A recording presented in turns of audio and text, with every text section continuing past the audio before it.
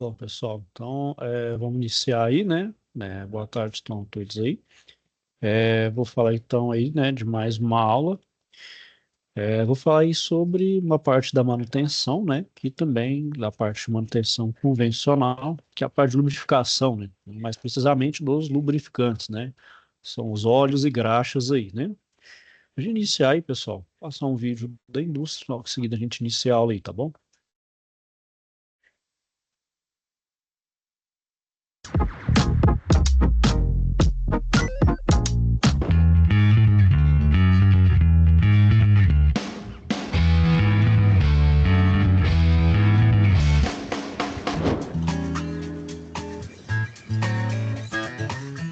A primeira etapa é criar uma matriz. É fazer o livro numa chapa de alumínio como essa aqui. São duas máquinas. A primeira grava em laser em cima do alumínio e a segunda máquina revela. E o resultado final é esse aqui. Normalmente os livros coloridos têm 4 cores. Para cada cor é necessária uma chapa dessa. E como você pode ver, essa chapa aqui consegue imprimir até 8 páginas.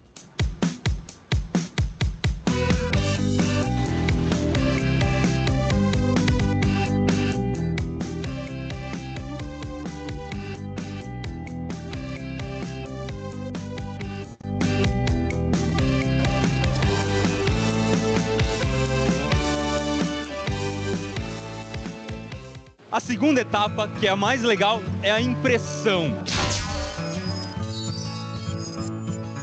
Isso aqui que você está vendo é uma impressora imensa. E ela é formada por 2 conjuntos de 4 módulos. Cada módulo desse aqui vai imprimir uma cor diferente. E é aqui dentro que vão aquelas chapas de alumínio. Na chapa de alumínio, a tinta gruda em cima das letras. Depois a chapa passa por um rolo de borracha e a tinta vai para esse rolo de borracha. E finalmente o papel passa por esse rolo de borracha e aí o rolo transfere a tinta para o papel como se fosse um carimbo. São 2 conjuntos porque um conjunto imprime um lado da folha e o outro conjunto imprime o outro lado da folha.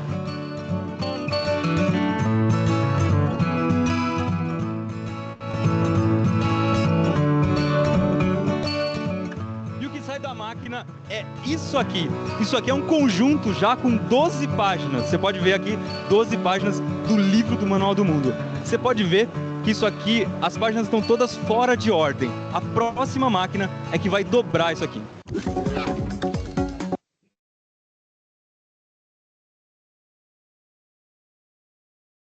Pessoal, vamos iniciar aí, né? Como eu falei, né, a gente vai falar sobre os lubrificantes industriais aí, né, lubrificação industrial. A gente sabe, pessoal, que os lubrificantes aí, né, como óleos, graxas, entre outros aí, o intuito é manter aí um sistema por duas funções. Primeiro, evitar o atrito, né, atrito entre partes mecânicas, né, então entre um conjunto de engrenagens, um sistema, um, rola, um rolamento, né, uma bucha de deslizamento, enfim, tudo isso para evitar atrito, né? O atrito gera calor e também gera desgaste entre peças, ainda mais peças móveis, né? Então, para aumentar a vida útil desse conjunto, a gente utiliza os lubrificantes. Além disso, né, o lubrificante também, em momentos, ele vai servir também como um trocador de calor, né? Ele vai absorver parte do calor desse atrito, né? Para poder, então, proteger também o meu sistema de uma alta inserção de temperatura. Bom, bom, sobre os princípios da lubrificação, né, pessoal? Ela está presente em todas as máquinas dinâmicas, né, que ela tem partes móveis, e como eu falei, ela vai sempre agir como um elemento também refrigerante, né, para trocar calor com o meio e também reduzir esse atrito.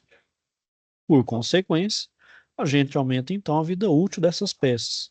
Então, cada lubrificante trabalha dentro de um determinado parâmetro de trabalho, né, por um tempo definido, né, sem que ocorra então mudança nas suas propriedades físico-químicas. Então, o lubrificante ali tem um período ali de, como diz, de vida útil, né? É, sua vida útil enquanto ele consegue manter suas propriedades físico-químicas e também a função primária, que é evitar o atrito entre as partes e também essa troca de calor. No momento que ele perde essas características, né? O óleo, então, ele perde sua função, ele não tem mais essa, né, não cumpre a função, aí vai tendo os desgastes naturais aí, né? Devido à falta de proteção que agora o óleo tem. Então, por isso eu tenho que fazer a troca periodicamente. Sobre a origem dos óleos, né, pessoal, da substância lubrificante, a gente tem o de origem vegetal, que são retirados aí de sementes, né? Por exemplo, no caso do girassol, dendê, né? Por exemplo, óleo de milho, soja. São largamente utilizados em indústrias alimentícias, né, para lubrificar as máquinas e equipamentos. Então, esses óleos de origem vegetal são utilizados para essa área de indústria alimentícia, uma vez que se colocar de outra origem ou alguma química aí, ela pode, por exemplo, entrar no alimento e contaminar.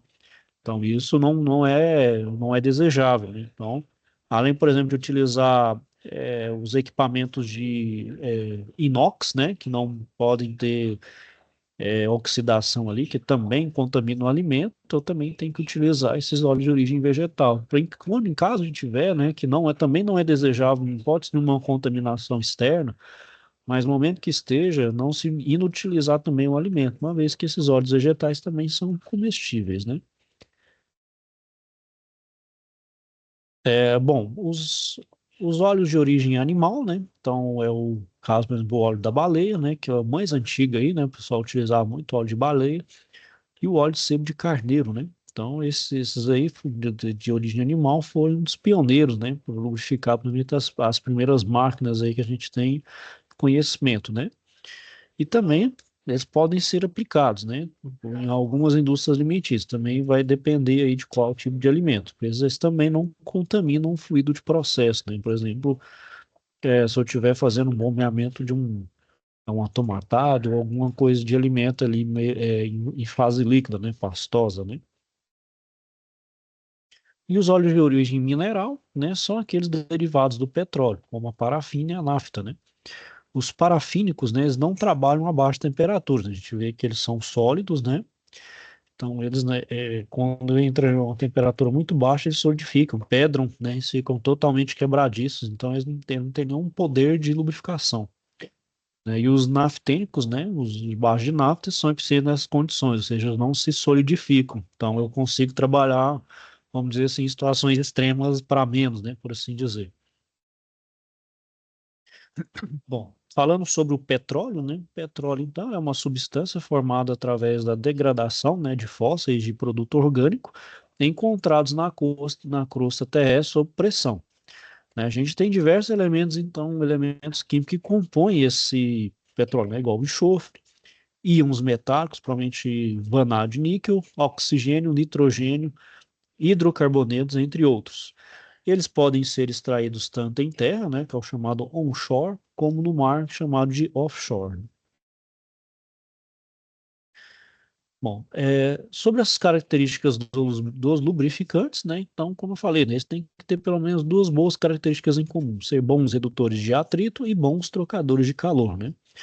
E se essas características não são suficientes para determinadas condições, né, de operação em que um determinado lubrificante poderá ser submetido. Então, só é possível através de propriedades como, por exemplo, viscosidade, densidade, ponto de fugor, ponto de neve e fluidez, acidez e alcalinidade, demulsibilidade, ponto de combustão, entre outras características, né? Então, pessoal, geralmente quando a gente compra algum óleo, algum lubrificante, vai ter algumas informações genéricas, como por exemplo, índice de refração, viscosidade, índice de acidez, né, que é dado por miligramas de óxido de potássio por grama de óleo, a densidade e o índice de saponificação também. Então ali tem os seus devidos, por exemplo, um caso de um óleo, um 15W40, né? Tem uns índices considerando, por exemplo, uma amostra limpa, né? Sem uso, e outra ela após 3.000 horas de uso, então, como ela tem aí seus parâmetros depois de um certo tempo de uso. Então, né, pessoal, todas as etapas que esse lubrificante passa até iniciar seu trabalho tem que ser, então, cuidadosamente observado. Então, eu tenho que observar os parâmetros as condições de trabalho da minha máquina, né? Então, tem que saber quais são as condições de temperatura, se é uma ampla faixa de temperatura ou uma faixa mais estreita, pressão, né? Vai trabalhar em baixa ou em alta pressão, se é uma alta velocidade ou não. Então, tu tem que saber todos esses tipos de características na qual minha máquina vai trabalhar para poder fazer, então, uma, um- uma escolha cuidadosa desse meu lubrificante. Então, a primeira característica que a gente tem aí, pessoal, no óleo é a viscosidade. O que é a viscosidade? A resistência do fluido a escoar sob uma determinada temperatura. Então, por exemplo, comparar o óleo com a água, o óleo é muito mais viscoso do que a água. A água escoa melhor do que o óleo. Você pode ver que o óleo, quando você derrama o óleo, ele é mais devagar. Quando essa lentidão, entre aspas, de um líquido, vamos dizer assim, escoar, é justamente a viscosidade. Então, um fluido que ele é mais, vamos dizer assim, dinâmico, mais rápido, ele tem ele tem uma baixa viscosidade, né? Então, quanto mais viscoso é o meu fluido, né, mais é a dificuldade para ele escoar. Então, por isso que fala que a viscosidade é a resistência do fluido ao escoamento, né? Então, quimicamente falando, né, o que é a viscosidade? É a atração entre as moléculas. Então, quanto maior a atração entre as moléculas da substância, indica então que esse fluido é mais viscoso. E se as moléculas forem um pouquinho menos atraídas uma com as outras, quer dizer então que esse fluido é menos viscoso. Então, isso tem essa relação também, né, do ponto de vista químico. E nos líquidos, né, pessoal, essa atração vai ser diminuída com o acréscimo de temperatura. Então, a temperatura, ela influencia nessa alteração de viscosidade, né? Então, se eu aumento a minha temperatura, a viscosidade tende a ser menor. Então, no líquido, né, quanto maior a temperatura, menor a viscosidade, né? Também tem substâncias que a temperatura ambiente, né, por exemplo, 26 graus Celsius, vai se encontrar em estado sólido, né? Ou seja, provavelmente eu vou ter que ou aumentar essa temperatura, né, para poder então ele ter o mínimo de propriedade, o mínimo de viscosidade. Então, para viabilizar a transferência da mesma através de uma bomba industrial, utilizam então resistências elétricas para aumentar a temperatura e transformar em líquido, né, que é reduzindo então a viscosidade. Então, eu vou ter que usar desse artifício, que é, por exemplo, colocar resistência para aumentar a temperatura e melhorar essa resistência, né, reduzir essa viscosidade. Já nos gases, né, pessoal, ocorre o oposto, ou seja, quanto maior for a temperatura, no gás é o oposto. Então, quanto maior a temperatura, mais a viscosidade desse fluido, né? Então, o gás passando em uma tubulação, a gente facilmente percebe esse comportamento, né? Então, quanto mais a temperatura do gás está, né, mais é a agitação molecular, né? Então, do ponto de vista químico, ou seja, mais viscoso esse fluido fica, esse gás fica, né? Então, o gás ocorre justamente o oposto. Se eu aumentar, a viscosidade aumenta junto, né? Então, para quantificar, pessoal, a viscosidade, a gente tem duas maneiras de calcular. Então, a gente calcula a viscosidade ou dinâmica ou do ponto de vista cinemático. A dinâmica é dada pela equação, que é força sobre área dividido por velocidade dividido por R, em que a força, né, o μ é a viscosidade dinâmica, dada em quilograma, a força vezes segundo por metro quadrado, a força a força aplicada no fluido em quilograma força, a área da camada de fluido deslocado, né, o tanto que se desloca de fluido, V é a velocidade do fluido que está sendo deslocado em metros por segundo, e R é a distância da camada do fluido até a borda do conduto. Isso considera, por exemplo, um fluido escoando por um tubo, né, um tubo ali fechado, né? Então eu vejo essa distância geralmente até próximo do raio ali, né? Da parte inicial ali do tubo até o raio, né? Outra viscosidade é a cinemática, né? Ela é dada em metro quadrado por segundo. Então, ela é a relação entre a viscosidade dinâmica, calculada anteriormente, dividido pela massa específica. Bom, a outra propriedade é a densidade, né? Então, é a relação da sua massa pelo volume que ocupa no espaço, né? Então, pelo sistema internacional, é o quilograma por metro cúbico, né? Então, é a relação entre massa e volume. Não confundir, né, pessoal, com massa específica, que é parecido também, mas não é a mesma coisa, né? Então, por exemplo, para fins de cálculo, a gente considera a água como densidade igual a 1 grama por centímetro cúbico. Então, quanto mais denso for o meu fluido, maior deverá ser a potência para conseguir transferi-lo de um ponto a outro de maior altura manométrica, né? Então, é um fluido que é mais resistente, né? Mais denso, né? Mais, vamos dizer, pesado. Então, preciso de aumentar a força para transferir de um ponto ao outro. Principalmente se for bombear, né? De um ponto mais baixo para um ponto mais alto. Então, preciso de mais potência, né? A outra característica é o ponto de fulgor. O que que é o ponto de fulgor? É a menor temperatura na qual um combustível libera vapor suficiente para entrar em combustão, né? Então, é entendido como uma mistura inflamável entre o vapor do elemento e o ar atmosférico, onde contém oxigênio.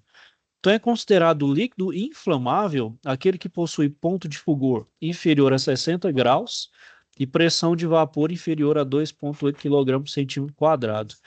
Então, né, não é todo líquido que é inflamável, né, que ele tem um ponto de fulgor inferior a 60 graus e pressão de vapor inferior a esse valor, né? Por exemplo, a água, apesar de ser líquida, ela não é inflamável, né? Alguns líquidos aí, apesar de ter uma inflamabilidade, ele não tem um ponto de fulgor, ele é inferior, né? E o que que é a pressão de vapor também para definir? É a pressão onde o fluido entra em ebulição, sob uma determinada temperatura, iniciando então sua evaporação, né? Então, a pressão de vapor também tem relação de cumplicidade com a temperatura, ou seja, quanto menor a pressão que o líquido esteja submetido, menor também vai ser a temperatura que ele entrará em ebulição, evaporando. Então, por exemplo, lugares que são mais altos, então a temperatura de fulgor vai ser um pouco menor também, né? Então, por exemplo, aqui no Goiás, no estado de Goiás, a temperatura para entrar em ebulição é um pouquinho menor, por exemplo, que estivesse numa cidade aqui no Brasil a nível do mar. É um pouquinho menos aí, né? Tanto que aqui a gente sabe, por exemplo, que a água ela ferve aqui em torno de 97 graus, enquanto no nível do mar é a 100 graus, né? Então, mais próximo ainda dos 100 graus. Bom, então aí, pessoal, a gente tem um exemplo, né? A água a pressão aí de 760 milímetros de mercúrio, ou 1 atm, a 100 graus Celsius, né? Então, ele evapora, né, essa pressão aí na pressão atmosférica. Então, quando a gente diminui a pressão, quando ela cai para 90 milímetros de Hg, a temperatura vai ser início de vaporização de 50 graus, né? E quando cai para 18, né, eu tenho uma pressão menor ainda, a vaporização ainda vai diminuir para 20 graus, né? Então, isso comprova essa relação direta, né? Porque o meu fluido, ele está com pressão menor. Se você está com pressão menor, as moléculas, vamos dizer assim, têm menos resistência para vaporizar. Então, por isso que a temperatura vai diminuir também de vaporização. Bom, o ponto de fulgor também, pessoal, ele é uma medida também de volatilidade, né? Quando se fala que um fluido, né, um líquido, ele é volátil, né? É justamente relacionado ao ponto de fulgor. Então, quanto menor o seu ponto de fulgor de um fluido, maior sua volatilidade, e, consequentemente, maior o risco de explosões. Por isso que fala, por exemplo, que tem alguns líquidos aí inflamáveis, por exemplo, o álcool, outros aí que no calor da mão ele já evapora, porque justamente ele é muito volátil, né? Então são aí que são, mas também são fluidos que têm maior risco de explosão, né? Então esse incêndio vai ocorrer quando existem três elementos apresentados no triângulo do fogo, né? Que é a tríade aí para ter chamas, né? Então é calor, combustível e oxigênio, né? Então um depende do outro, né? Então, para eu diminuir um ponto de fulgor de um fluido, eu preciso controlar alguns fatores, entre eles a oxidação, a contaminação desse fluido e o estresse ao qual esse fluido está submetido. Então, a oxidação e a contaminação vão estar relacionados, né? Um está relacionado com o outro, pois a oxidação ela gera contaminação do fluido, né? Ou seja, vai ter então a adição ali de óxidos, né? Óxidos indesejados ali no meu fluido. Então, isso vai alterar aí o meu ponto de fulgor. O estresse também que o meu fluido está sendo submetido, ele gera a quebra das moléculas em partículas menores, ocasionado pelas temperaturas superiores aos limites suportáveis. Então, a temperatura ali, à medida que ela vai subindo, estressa o meu fluido, por sua vez, então, vai ser quebrado em moléculas menores. Isso vai, então, diminuir o ponto de fulgor, ou seja, vai ficar mais suscetível a ter volatilidade e também aí risco de explosão, de vaporização. Bom, então, quanto maior a temperatura, né, pessoal, por lógica, né, por consequência, é maior a agitação da molécula. Então, menores vão ser as partículas, né? Então, geralmente aí é com essa relação direta entre o tamanho das moléculas, né? Então, esse processo ele é chamado de craqueamento. É uma das formas, então, de se extrair, por exemplo, a gasolina, né? Ou outros ou derivados do petróleo, né? Então, por exemplo, o petróleo extraído, ele passa pelo processo de craqueamento, né? Para refiná-lo, né? E beneficiá-lo, para justamente aumentar o nível de octanagem, né? Que é aquela resistência, aumentar, por exemplo, a resistência da gasolina com relação à explosão, né? Ele aguenta mais uma taxa de compressão até explodi-lo de fato, né? Para poder melhorar essa questão, por exemplo, dentro de um motor, a questão da taxa de compressão. Então, se eu tiver, por exemplo, um combustível, uma gasolina pobre em octanagem, né, pobre em octanos, o que acontece? Ele vai se explodir mais cedo, ou seja, ele não vai acontecer numa compressão máxima. Então, eu perco eficiência energética do meu combustível e também eu perco eficiência então, mecânica, né? E também de movimento do meu motor. Então, o meu motor ele fica com menos eficiência, né? Então, ele trabalha abaixo daquilo que é projetado. Então, se eu tenho aumento da minha octanagem, né, eu melhoro a taxa de compressão ali, a resistência da minha gasolina explodir, para ela explodir justamente no tempo certo, com o máximo de compressão que ele consegue aguentar aí naturalmente. Bom, então, pessoal, como faz esse craqueamento aí, né? O petróleo entra na unidade de destilação atmosférica e logo após a parte mais leve, ela é encaminhada para o reservatório de destilados, enquanto que os resíduos vão para a unidade de destilação a vácuo. E a parte mais leve, né, é encaminhada à unidade de craqueamento para ganhar calor, né, e encaminhada aos destilados, enquanto que a parte mais densa, né, que por ser mais densa, vamos dizer assim, ela desce, né, é encaminhada a redutor de viscosidade, vira resíduo, e esse resíduo, né, também ele é utilizado, né, para algum fim, né, não é totalmente descartável, vai ter algum fim aí para alguma outra indústria ou para virar insumo em algum outro processo também. Bom, então as partículas menores do petróleo são mais leves, mais voláteis, diminuindo assim o ponto de fulgor do fluido e a sua viscosidade. Então, por exemplo, os derivados, quanto maior o número de carbono, maior a sua questão, por exemplo, de estado físico, né, a temperatura ambiente. Então, por exemplo, o metano, o etano, eles têm poucas moléculas de carbono. Então, nesse estado, eles estão gasosos. A gasolina vai ter de 6 a 12, vai estar em estado líquido. O diesel aumenta um pouco mais. Aí os óleos mais viscosos ali, por exemplo, óleos lubrificantes ali, o piche, por exemplo, né? O piche ali, a cadeia de carbono é muito grande, ou seja, ele vai estar então sólido, está praticamente em estado sólido ali, um pouco mais, mas é no estado sólido, ou seja, tem essa relação direta entre o número de carbonos e o estado, né? E que ele vai estar, por exemplo, em temperatura ambiente. Uma outra característica meus lubrificantes, né, pessoal, é o ponto de névoa e de fluidez, né? Então, no óleo, o ponto de névoa é aquela temperatura inicial de cristalização, ou seja, é a menor temperatura que ele atinge antes de ficar sólido, de ser solidificado, né? Então, visivelmente, temos aí um óleo com um aspecto turvo, né? Um estado, então, que ele fica intermediário entre o líquido e o sólido, né? Então, ele ainda não está nem totalmente líquido, nem totalmente sólido, ele está numa mistura ali entre os dois estados, né?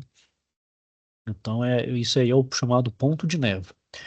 E então, nesse momento, né, do óleo, a gente nota essa separação da parafina do óleo, onde forma, então, a camada branca na parte superior do fluido, né? Que então é a parafina ali que faz parte do óleo. Então, vai ter essa separação de uma fase líquida com a fase sólida, né? E outro característica é o ponto de fluidez, que é a menor temperatura, né, no qual o lubrificante vai conseguir fluir quando submetido a temperaturas então muito baixas, né? Então é aquele mínimo valor que ele ainda consegue manter suas características de lubrificação. Então o método PM-820 ele é utilizado para verificar o comportamento de fluidez de uma amostra quando submetido a quedas de temperatura de 3 em 3 graus Celsius. E a mudança de temperatura, ela vai ser ritmada de 5 em 5 segundos, ou seja, cada decréscimo de 3 segundos, aguarda 5 segundos, aí depois decresce mais 3, mais 5 segundos, diminui mais 3 graus, até ele chegar no máximo ali do seu mínimo ali de fluidez, né? Onde ele atinge ali a mínima fluidez. Aí depois disso ele fica totalmente sólido, então ele já não tem mais a capacidade de fluir e também de lubrificar, né? Aí acabou. Aí eu determino então, né, quantitativamente qual o ponto de fluidez, né? Ponto de fluidez desse meu lubrificante. Bom, outra característica, pessoal, para características dos meus óleos aí, nos meus lubrificantes, são a acidez e a alcalinidade, né? Isso é característico para fazer análise, por exemplo, dos óleos. Para verificar, então, se um fluido é ácido, base, né, que é alcalino ou neutro, a gente analisa a escala de pH, né, logarítmica, né, que é o pH. Ele vai variar de acordo com a presença, então, de metais, sais, ácidos, temperatura e etc. A escala vai variar de 0 a 14, né, sendo o 0 ali muito ácido e o 14 muito básico, e o 7 ali quer dizer que é um elemento neutro. E o pH ideal, então, para os óleos lubrificantes, pessoal, eles têm que estar circulando no meio neutro, ou seja, tem que orbitar entre 6,5 e 7,5. Então, nunca pode estar nos extremos, nem ácido e nem básico. Tem que estar sempre na neutralidade. Porque se ele pegar um dos extremos, ele vira ele acaba atacando quimicamente, né, os componentes e o meu próprio lubrificante. Então, ele vai atacar o mesmo, por exemplo, um metal, né? Aquilo que ele está protegendo, um metal, por exemplo, um polímero, uma borracha ali, qualquer coisa que venha fazendo justamente a questão de proteção. Ele já não faz uma proteção, faz atacar aquilo que deveria, em tese, proteger, né? Então, meu óleo tem que orbitar nesse pH entre 6,5 e 7,5. Bom, a outra propriedade, pessoal, é a chamada demulsibilidade. Então, é a capacidade que o meu óleo tem de separar da água, né? Então, o poder de demulsibilidade de um óleo pode ser calculado através de um procedimento onde 40 mililitros de óleo é colocado juntamente com 40 mililitros de água destilada em uma proveta. Então, agita essa mistura a 1500 RPM por um período de 5 minutos. Então, para óleos com viscosidade inferior a 450 SSU, que é o segundo Seibold universal, uma medida de viscosidade, aplica-se no teste uma temperatura de 130 graus Fahrenheit ou 54,44 graus Celsius.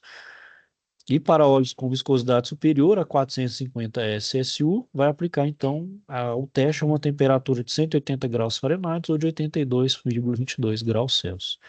Então, após 5 minutos de agitação da proveta, a gente verifica o tempo dado em 4 dígitos para a separação total entre óleo e água e a formação da emulsão. Então, aí a gente faz essa quantificação da demulsibilidade aí do meu lubrificante. A outra propriedade, pessoal, é o ponto de combustão, né? Então, a temperatura mínima que o meu combustível solta vapores suficientes para inflamar-se na presença de oxigênio e uma fonte externa de energia. Então, pode ser um fogo, uma centelha, no qual ele vai entrar em combustão. Então, mesmo após o meu fogo ser retirado, o meu combustível, então, ele vai permanecer queimando. Então, ele atingiu essa mesma temperatura e vai continuar queimando, né? Mesmo então eu retirando o fogo, né? Então, primeiro ali eu aciono, ele libera o vapor, né? Depois do vapor, ele tem uma fonte externa de calor, né? No caso ali, uma centelha ali, um fogo, e depois ele entra em combustão. Eu posso tirar esse fogo aqui embaixo e vai continuar queimando, até ter o combustível queimando totalmente, né? E acabar ali a fonte, né, de energia. Ok, pessoal? Então, uma dúvida, questionamento? Tudo certo, pessoal? Bom, então eu vou finalizando aqui por hoje. Caso tenha alguma dúvida ou questionamento, não deixe de procurar. Bom, pessoal, vou desejar a vocês então uma boa tarde, ok? Fiquem então todos com Deus e até a próxima.